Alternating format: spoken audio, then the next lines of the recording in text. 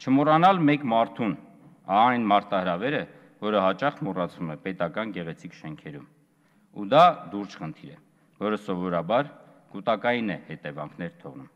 Շնորհակալություն։ Նիկոլ Փաշինյան, նախապատրաստվի Արսիկ Մինասյանը։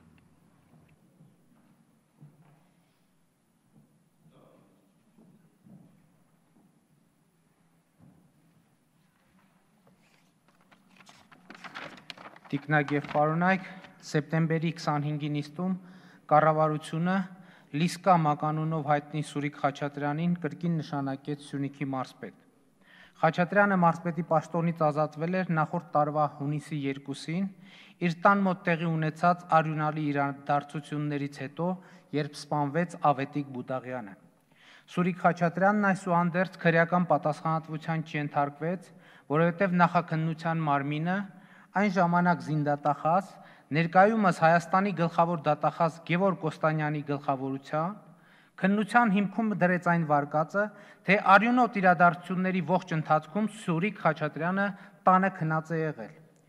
Գործն ընթացավ հենց այս տրամաբանությամբ, բայց երբ նախաքննությունն ավարտվեց եւ նյութերը հասանելի դարձան հանրությանը, ակնհայտ դարձավ, որ գլխավոր դատախազ Գևորգ Կոստանյանը կատարել է հանցագործություն, պարտակել է ոչ միայն Ավետիք Բուդաղյանի սպանության փաստը, այլև սպանությունը կատարողին։ Դեպքի տեսաձայնագրության ուշադիր զննումը ցույց է տալիս, որ Սուրիկ Խաչատրյանը սպանության ժամանակ ոչ միայն քնած չի եղել, այլև իր առանձնատան վերին հարկից կանչել է Ավետիք Բուդաղյանին եւ երբ վերջինս կանչին արձագանքելով ետ է գնացել, սառնասրտորեն կրակել, սպանել է նրան։ Այս մասին գիտեն գրեթե բոլորը, եւ այս ֆոնին Սուրիկ Խաչատրյանին մարզպետ նշանակելը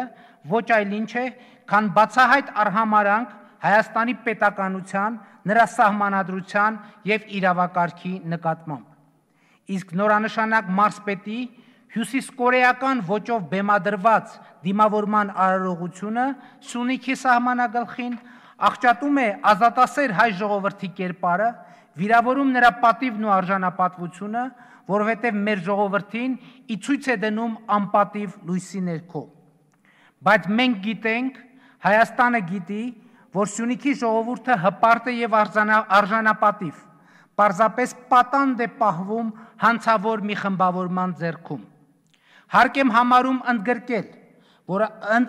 համարում ընդգծել,